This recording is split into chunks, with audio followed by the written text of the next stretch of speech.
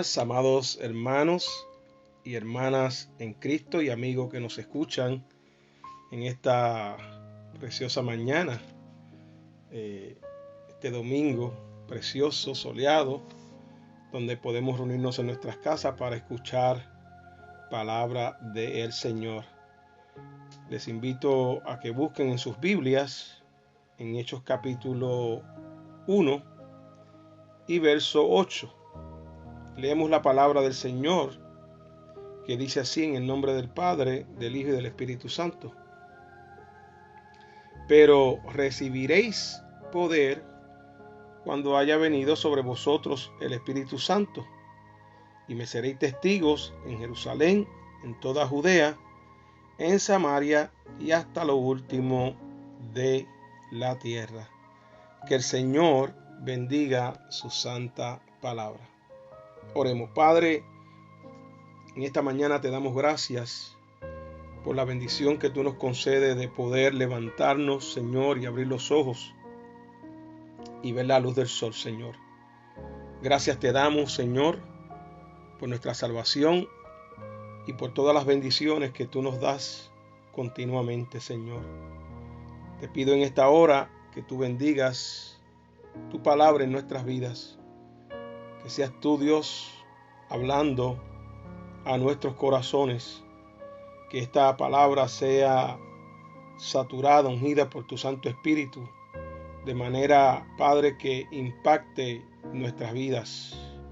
Te damos la gloria y te damos la honra. En el nombre de Jesús oramos. Amén, amén, amén. He titulado este mensaje Un Pentecostés transformador. En el calendario cristiano hay muchas fechas que son importantes para el pueblo de Dios. Entre ellas podemos mencionar el nacimiento de nuestro Señor Jesucristo, su muerte y su resurrección. Pero también hay otras que no podemos olvidar, como el día de Pentecostés, día donde nace la iglesia del Señor. Este domingo es conocido como Domingo de Pentecostés. Un día como hoy, un grupo de 120 personas, incluyendo a los 11 apóstoles, estaban reunidos en un aposento alto por mandato de Jesús, que no salieran de Jerusalén, sino que esperasen la promesa del Padre. Este día temprano en la mañana, mientras estaban orando, de repente vino del cielo un estruendo como de un viento recio que soplaba, nos dice la palabra, el cual llenó toda la casa donde estaban sentados y fueron llenos del Espíritu Santo. Y algo milagroso empezó a ocurrir. Comenzaron a hablar en otras lenguas, según el Espíritu les daba que hablasen. No eran lenguas propias de ellos, era el Espíritu que permitía que ellos hablasen en otros idiomas. Hablaron en idiomas que nunca habían hablado las maravillas de Dios. Dice la palabra: y hecho este estruendo se juntó la multitud y estaban confusos porque cada uno les oía hablar en su propia lengua. Note que el texto dice que en Jerusalén moraban judíos piadosos de todas las naciones bajo el cielo. Un día como hoy, la vida de muchos fueron impactadas y transformadas de una manera poderosa. Pentecostés es el día del cumplimiento de la promesa que Jesús había hecho a sus discípulos antes de ascender al cielo. Jesús dijo: porque Juan ciertamente bautizó con agua, mas vosotros seréis bautizados con el Espíritu Santo y fuego. Este bautismo no era para arrepentimiento, sino que se trataba de un segundo bautismo, de una inmersión completa en la presencia de Dios con el Espíritu Santo. La experiencia de Pentecostés no fue una experiencia emocional, momentánea, pasajera, sino que esta experiencia de llenura con el Espíritu Santo continuó a través de la vida de aquellos siervos de Dios. Este Pentecostés también para todos aquellos que abrazamos el Evangelio de Jesucristo. Lamentablemente hay muchas personas que creen que esta experiencia con el Espíritu Santo fue solo para los apóstoles de aquel tiempo, pero en realidad es para todos los creyentes de todos los tiempos. Juan el Bautista hizo referencia a este bautismo para los creyentes cuando dijo: yo a la verdad os bautizo en agua para arrepentimiento, pero el que viene tras mí, hablando de Jesús, cuyo calzado yo no soy digno de llevar, es más poderoso que yo. Él os bautizará en Espíritu Santo y fuego. Entonces, mi amado hermana y hermano, pidámosles al Señor en esta mañana que nos bautice con su Santo Espíritu, porque ese es el deseo de Dios para sus hijos, que seamos llenos del Espíritu Santo. Jesús le prometió que con la llenura con el Espíritu Santo les daría poder. Mire lo que dice el texto: pero recibiréis poder cuando haya venido sobre vosotros el Espíritu Santo, y me seréis testigos en toda Jerusalén, en Judea y Samaria, hasta lo último de la tierra. A este punto nos preguntamos de qué clase de poder Jesús estaba hablando. Jesús estaba hablando que recibirían la autoridad espiritual del cielo, que los capacitaría para cumplir la misión de Jesús con éxito. La gran comisión en Mateo 24:14 se iba a hacer una realidad, y será predicado este evangelio del reino en todo el mundo para testimonio a todas las naciones, y entonces vendrá el fin. Este fue un poder que impactó la vida de muchos. Fue ese poder que movió al apóstol Pedro ese día para que predicara con valentía a una gran multitud, y el resultado fue sorprendente. Dice la palabra: así los que recibieron su palabra fueron bautizados, y se añadieron a la iglesia como 3,000 personas. Y esto era sin contar a las mujeres y los niños. Más adelante vemos el milagro de sanidad obrado en el cojo de nacimiento que se sentaba a mendigar a la puerta del templo La Hermosa. Cuando éste le pide dinero a Pedro y a Juan, ellos le dicen: no tenemos plata ni oro, pero en el nombre de Jesús, levántate y anda.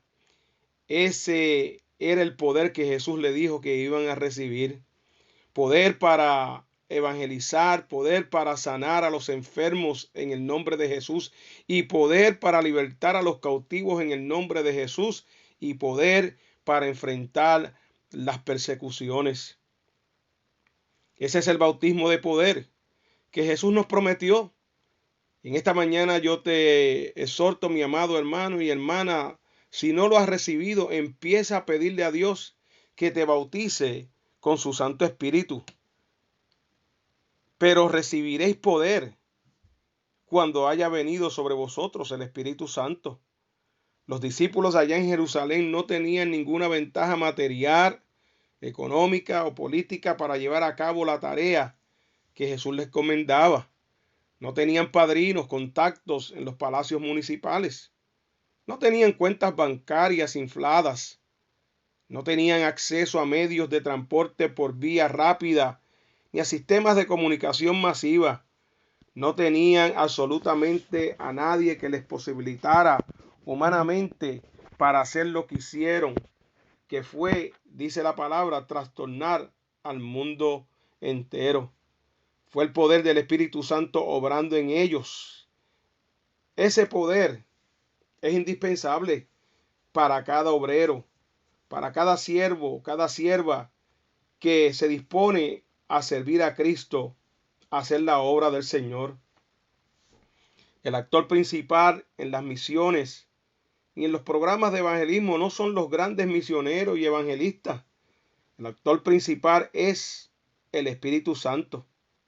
De hecho, muchos comentaristas ven el libro de los Hechos de los Apóstoles y dicen que mejor se debe titular el libro de los Hechos del Espíritu Santo, pues todo lo que ocurre se debe al poder y a la fuerza motora del Espíritu Santo. La gran dependencia del obrero cristiano no está en las ofrendas, ni en los recursos tecnológicos, ni en su propio entrenamiento, educación y talentos. La gran dependencia del obrero cristiano está en el poder del Espíritu Santo, mis amados hermanos. Hay otro punto que quiero tocar en este domingo de Pentecostés, que no podemos olvidar, que se encuentra ahí en el texto que leímos de Hechos, capítulo 1, verso 8. Aquí vemos registrado el último mandamiento que nuestro Señor dejó a sus apóstoles antes de su ascensión. Pero recibiréis poder cuando haya venido sobre vosotros el Espíritu Santo, y me seréis testigos en Jerusalén, en Judea, en Samaria y hasta lo último de la tierra. Pero más que un mandamiento, creo que lo que hace Jesús aquí es que le entrega a los apóstoles una identidad primordial. Noten que no les dice, bueno, me voy, pero quiero que hablen de mí, y que continúen enseñando lo que yo enseñé cuando ya no esté junto con ustedes. Al contrario, les dice, me seréis testigo. Escuche, me seréis testigo. Me llama la atención el uso de esta frase particular, me seréis testigo, porque puntualiza el hecho de dar testimonio, no como una característica incidental como sucede con los testigos que acuden a los tribunales. El testigo de un choque automovilístico es un testigo incidental. Estuvo presente en el momento de los hechos y por eso es testigo.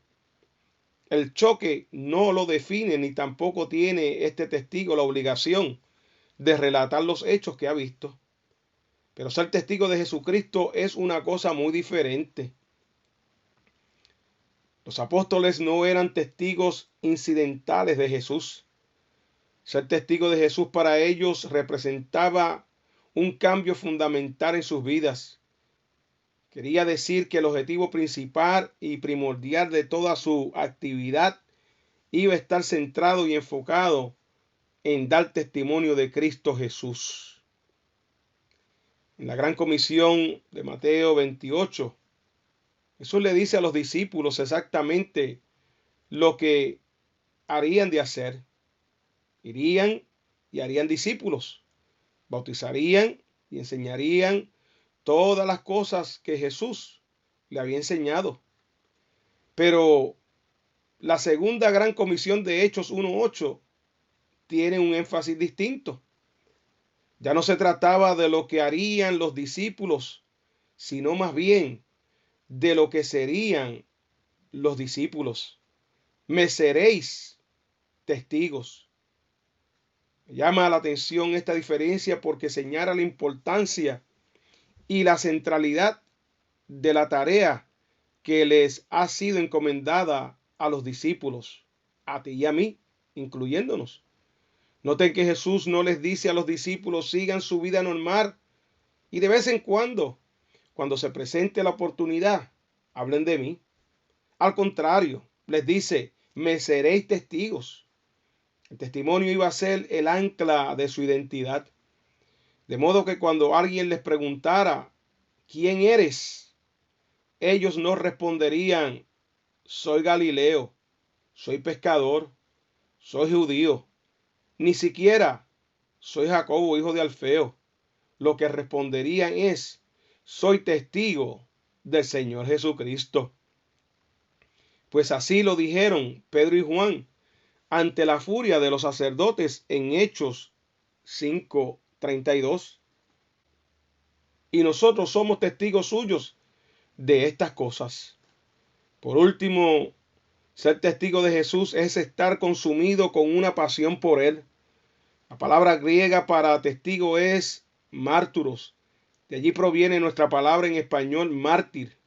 Un mártir es, según el diccionario de la lengua española, persona que muere o sufre grandes padecimientos en defensa de sus creencias o convicciones, y persona que se sacrifica en el cumplimiento de sus obligaciones.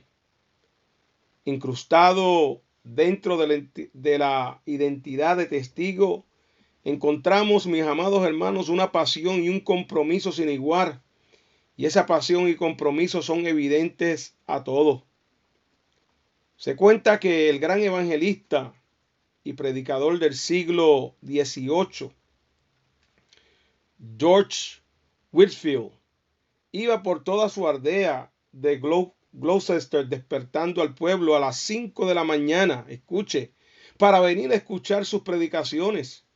En una ocasión, uno de sus oyentes fieles se encontró en el camino al lugar de encuentro con el filósofo David Hume, conocido como un ateo, padre de la filosofía empirista británica, que decía: solo se puede creer lo que se puede ver.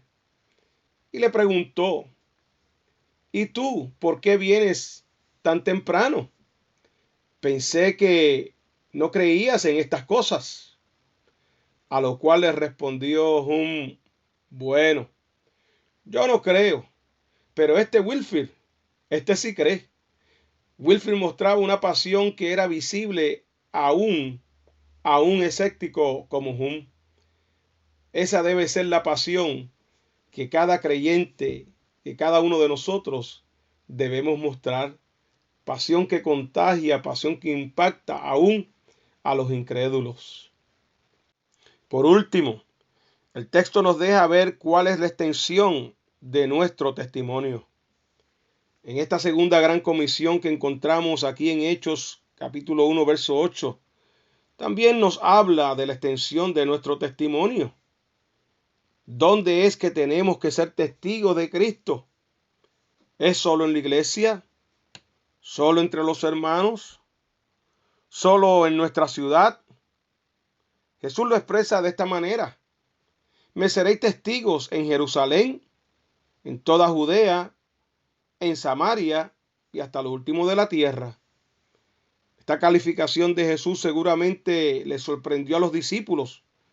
Cuando dice Jerusalén, Jesús señala el lugar donde están actualmente los discípulos. Los discípulos tenían que ser testigos de Jesús allí donde estaban, en Jerusalén. Tenían que atestiguar de lo que Jesús había hecho en sus vidas, en sus casas, en sus familias y en sus vecindades, con sus familiares y con sus amigos y allegados. Cuando dice Jesús en toda Judea, está señalando una expansión de esa actividad testimonial a sus alrededores inmediatos. Hermanos, hermanas, no hay lugares exentos del testimonio cristiano. No hay lugares donde dejamos nuestro cristianismo en la puerta. Nuestro testimonio tiene que ser igual de verdadero e igual de eficaz en todo lugar. En el trabajo, en la escuela, en la factoría, en la peluquería, en la lavandería. En todo lugar tenemos que llevar la verdad de Cristo y lo que Cristo ha hecho en nosotros.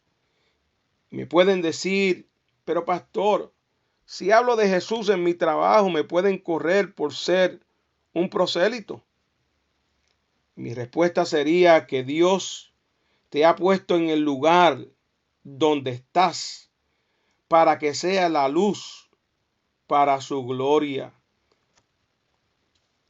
Es que con tu ejemplo, con tu conducta, con la manera tuya de expresarte, de hablar, de conducirte, le prediques el evangelio. No tienes que tomar la palabra del Señor y empezar a predicarle y que vengan al arrepentimiento, sino que sencillamente con tu conducta, con tu manera de ser cambiada por el Espíritu Santo, ellos podrán ver a Cristo reflejado en tu vida. Esa es la mejor manera de predicar, con nuestro testimonio, con nuestra vida. Así que, mi amado hermano, depende de él, de Jesús. Pídale a él que te haga el mejor testigo que pueda ser en ese lugar donde tú estás. Yo te puedo garantizar que Dios te abrirá todas las puertas para que lo puedas hacer. Te encontrarás con personas que te pedirán un consejo. Te encontrarás con personas que te preguntarán qué es lo que tú tienes, que te ves diferente. ¿Por qué tú actúas así? ¿Por qué hablas así, de esa manera tan dulce, que tus palabras, al escuchar tus palabras, siento algo en mi cuerpo, siento algo en mi ser? Y eso es Dios obrando, abriendo puertas para que tú compartas tu experiencia personal, para que tú compartas el Evangelio. Cuando Jesús dice, seréis testigos en Samaria, está en realidad poniendo a sus discípulos en una posición incómoda. ¿Por qué? Los samaritanos eran aborrecidos por los judíos. Eran considerados sucios, paganos, ladrones, matones. Señor, ¿quiere que seamos tus testigos allí?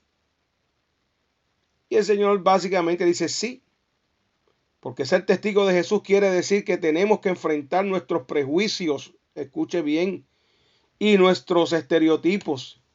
Tenemos que romper con las normas sociales y llegar a aquellos con quienes la gente le da la espalda, con quienes la gente los aborrece, con quienes la gente no quiere lidiar con ellos. Y por último, cuando Jesús dice que seremos testigos hasta lo último de la tierra, nos está poniendo la carga de la misión mundial. ¿Qué quiere decir esto, mis amados hermanos? Hermanos, tenemos que tener carga, un peso en nuestra vida por aquellos que son perseguidos por el Evangelio. Tenemos que tener carga por aquellos que no tienen una traducción de la Biblia en su idioma. Tenemos que tener carga por aquellos que no han oído del Evangelio. Ser testigos de Cristo hasta lo último de la tierra quiere decir que estás dispuesto a contribuir y a unirte a la misión mundial de Dios. A veces esto requiere decir que dejas todo y vas a esos lugares. Otras veces quiere decir que contribuyes económicamente a la obra, y siempre quiere decir que mantienes en tus oraciones las peticiones y los ruegos a Dios por la labor que realizan aquellos que hacen la obra de Dios en tierras lejanas, en tierras que tú y yo no podemos llegar. Concluimos. Quiero terminar haciéndome algunas preguntas. Esta mañana me pregunto, ¿qué tipo de testigo soy yo? ¿Soy un testigo cuyo encuentro real con Jesús ha ejercido un control total e imponente sobre nuestra identidad? ¿O somos un testigo a medias? Un testigo que da testimonio cuando la oportunidad se presenta. ¿Eres un testigo de toda la verdad del Evangelio? Que Dios es el único Dios, que ese Dios en todos sus atributos perfectos se hizo hombre, que murió y resucitó, que está sentado a la diestra de Dios Padre.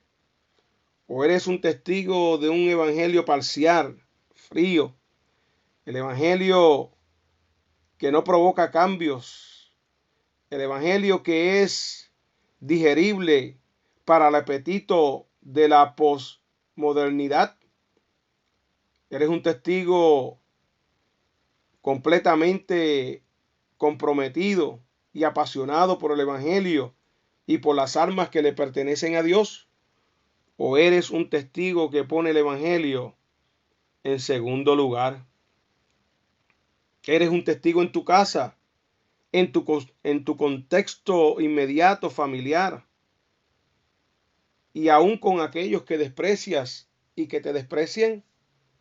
¿O prefieres dejar eso para otros, los profesionales, los que se dedican a eso?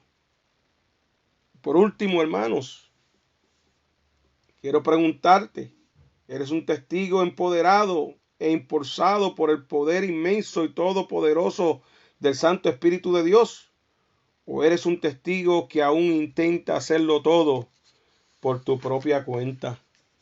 En esta mañana, mis amados hermanos, el llamado de Dios para nuestras vidas es, primeramente, que seamos llenos de ese Espíritu Santo, de ese bautismo, que le pidamos al Señor que seamos bautizados de ese poder, de esa autoridad que nos capacita para predicar, para testificar, para hacer luz en medio de las tinieblas, para hacer instrumentos de bendición. Ese poder que nos capacita para ir a cualquier lugar y allí poder orar por el enfermo, dar el consejo, levantar al caído. Permite que el Señor en esta mañana tan preciosa te otorgue esa oración. Permita que el Señor te llene de su poder para seguir haciendo su obra. La palabra dice: a la verdad, la mies es mucha, mas los obreros son pocos. Órele al Señor para que usted sea uno de esos obreros llenos de poder que pueda trabajar en la obra. En esta mañana de Pentecostés, Dios te bendiga y Dios te guarde. Oremos una vez más. Padre, te doy gracias por esta mañana preciosa y por cada hermano y hermana y oyente que ha estado escuchando esta tu palabra, Señor, sobre Pentecostés, el día que la vida de aquellos apóstoles fueron transformadas, el día de aquellos apóstoles recibieron, Señor, de lo alto una autoridad, Señor, que les permitiría, Señor, hablar con valentía, una autoridad, Señor, que sacaría de ellos el temor para compartir el evangelio. Señor, gracias te damos por este evangelio tan precioso y por este Espíritu Santo que tú nos has dejado y por esta llenura, Señor, que es accesible a todos aquellos que la quieran experimentar, Señor. Permite que en este día, si hubiera alguno, Dios, que todavía no ha experimentado esta llenura del Espíritu Santo, Señor, este bautismo con el Espíritu Santo, que seas tu Dios concediéndole esta bendición, Señor. Tu palabra dice que tú no das tu Espíritu por medida, Señor. Tú lo das, Señor, gratuitamente. Permite que en este día, Señor, que aquellos que están en sus casas, Señor, deseando esta llenura especial de poder para hacer tu obra, los reciban en esta hora. En el nombre de Jesucristo, visítales, Dios, con un viento fuerte como lo hiciste, Dios, aquel día de Pentecostés cuando tus apóstoles estaban reunidos en el aposento alto. Que venga, Señor, un viento fuerte, un estruendo fuerte, Señor, y pose sobre ellos. Que ellos experimenten también, Señor, el poder hablar en otros idiomas, el poder ser guiados por tu Santo Espíritu para la gloria de tu nombre. En el nombre poderoso de Cristo, te doy gracias, Señor. Amén. También me dirijo a ti en esta mañana, amigo oyente que no conoces al Señor. No quiero pasar el momento sin antes decirte que si tú no tienes a Cristo en tu corazón, este es el tiempo de que tú lo recibas. Dios te está dando tiempo para que tú recibas a Cristo como tu único Salvador. Aquel que puede perdonar tus pecados, aquel que te puede dar la seguridad a la entrada al reino de los cielos. Sin Cristo no vas a poder entrar, sin Cristo no tienes salvación. Cristo dijo: yo soy el camino, la verdad y la vida, y nadie viene al Padre si no es por mí. Así que en esta mañana, si quieres dar tu vida al Señor, lo puedes hacer. Él te está esperando. El único requisito es que tú te arrepientas de tus pecados y le confieses a Él como su único y exclusivo Salvador.